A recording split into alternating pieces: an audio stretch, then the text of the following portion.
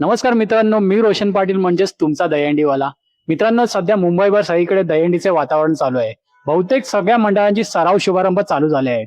आपल्या या मुलाखतीद्वारे आपण बहुतेक मुंबईतील जवळजवळ सर्व गोविंदा पथकांना व्हिजिट केली. पण आज आपण व्हिजिट करायला आलो आहोत मनसेचे शिवडी विधानसभेचे प्रभाग क्रमांक 203 चे शाखा अध्यक्ष निलेशजी इंदप यांना. तर त्यांची दरवर्षी दहीहंडीसाठी सराव शिबिर आयोजन करतात.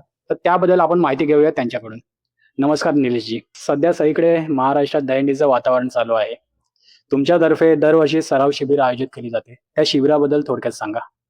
आम्ही मागील 18 वर्षापासून गोविंद सराव शिबिराचे आयोजन करतो. सन्मान्य मनसे नेते बाळ आंबेडकर साहेब यांच्या नेतृत्वाखाली हे सराव शिबिर असते. आणि तसं आम्ही परळमध्ये घेतो, कारण परळ हा महाराष्ट्रातील लालबाग परळ हा सांस्कृतिक कार्यक्रमांचा म्हणजे गणपती असो त्यांचं माहेरघर आहे. आम्ही पूर्वीपासून जवळजवळ मला शाखाध्यक्ष 14 ते 15 वर्ष आले. मी त्याच्या अगोदरपासून हा गोविंद उत्सव सन्मान्य मनसे नेते नांदगाव साहेब यांच्या मार्गदर्शनाखाली घेत असतो. यामध्ये मुंबई तसे उपविभागातील होते गोविंदा पथक मागील 18 वर्षापासून सहभागी होतात. 100 ते 150 गोविंदा पथक सहभागी होऊन आम्ही संध्याकाळी 7:30 ते रात्री 10 वाजेपर्यंत ज्या नियमावली असतात महानगरपालिका, महानगरपालिका आणि पोलिसांच्या त्यांना सहकार्य करून साजरे करत असतो. आता आपण बघायला गेलो तर मुंबईमध्ये असे हाताच्या बोटावर मोजण्या इतके काही नेते आहेत, ते दहीहंडीचे आयोजन करतात. तर दहीहंडीचं आयोजन करणे ही भावना, कल्पना मनामध्ये केव्हा आली? पक्ष स्थापनेपासून जो माझा पहिला अजेंडा होता म्हणजे मी गोविंद पथकाचा सेक्रेटरी आहे. मागील 18 वर्षापासून माझं स्वतःचं गोविंद पथक आहे, स्थायी पथक गोविंद पथक. त्याचा मी सेक्रेटरी म्हणून काम करत राहिलो. जिद्दीने आमचे नेते मनसे नेते बाळा स्वतः ताडवाडी गोविंद पथकाचे असल्यामुळे त्यांची प्रेरणा घेऊन आम्ही त्यांच्या मार्गदर्शनाखाली त्यांनी जसं गाईड करत होतो त्यांनी आम्हाला आता बरेच सहकार्य केलं. इव्हन आमच्याकडे 300 ते 350 गोविंद पथकांना त्यांनी आतापर्यंत मदत केलेली आहे. त्याच्यानंतर साहसी खेळाचा तो दर्जा मिळवण्यासाठी साहेबांनी 2003 मध्ये विधान भवनामध्ये तो त्यासाठी एवढा मोठा अभ्यास करून जो साहसी दर्जा प्राप्त करण्याचा प्रयत्न केला आणि करून घेतला. असे आमचे नेते असल्या कारणाने आम्हाला अशा प्रेरणा होतात. निलेशजी, मला एक सांगा की दहीहंडी सराव शिबिर आयोजित करणं त्यासाठी खूप मोठी भूमिका असते. त्यासाठी महत्वाची असते की सेफ्टी, गोविंदांची सेफ्टी. तर त्याचं नियोजन कसं असतं? आम्ही प्रामुख्याने आमच्याकडे गोविंद सराव शिबिरात आता इतके वर्ष आम्ही 18 वर्ष करतो. आम्हाला कधी कुठे म्हणजे इजा वगैरे आम्ही कसं सगळ्यांना सहभागी करतो. इथे 5 थर असू दे, 6 थर, 7 थर असू दे, 8 थर असू दे, आम्ही सगळ्यांना सहभागी करतो. सायंकाळी 6:30 वाजल्यापासून आमच्याकडे मागे तर आमच्याकडे मानखूर वगैरे तिथून म्हणजे वाशिबी तिथून सुद्धा आलेले आहेत गोविंद पथक.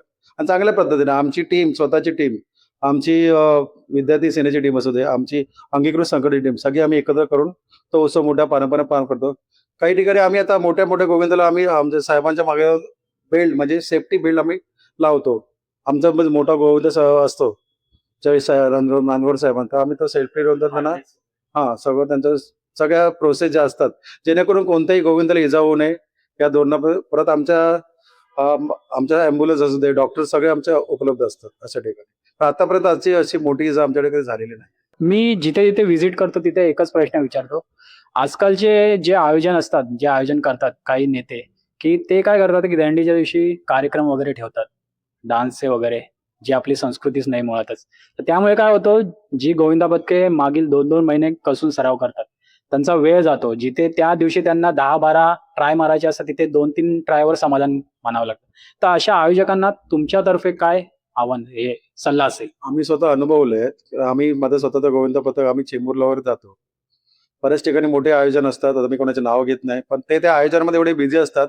तिथे बिचारा एक मुलगा आहे तर 7व्या थरावरून पडून सुद्धा त्याला काही करता 2-3 वर्षापूर्वी आम्ही बघितलं त्या साईडला.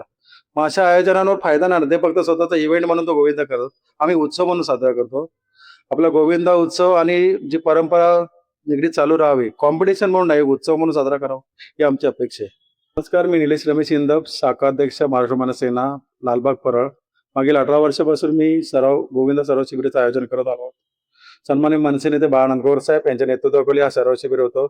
तसे विभाग अध्यक्ष जे आतापर्यंत आमच्याकडे जेवढे आतापर्यंत माहिती 4 विभागाच्या अंडर काम केलं. आता सुद्धा आम्ही नवनिर्वाचित विभागाचे राजेश मोरे साहेब यांच्या मार्गदर्शनाखाली ह्या सराव शिबिराचं आयोजन करत आहोत.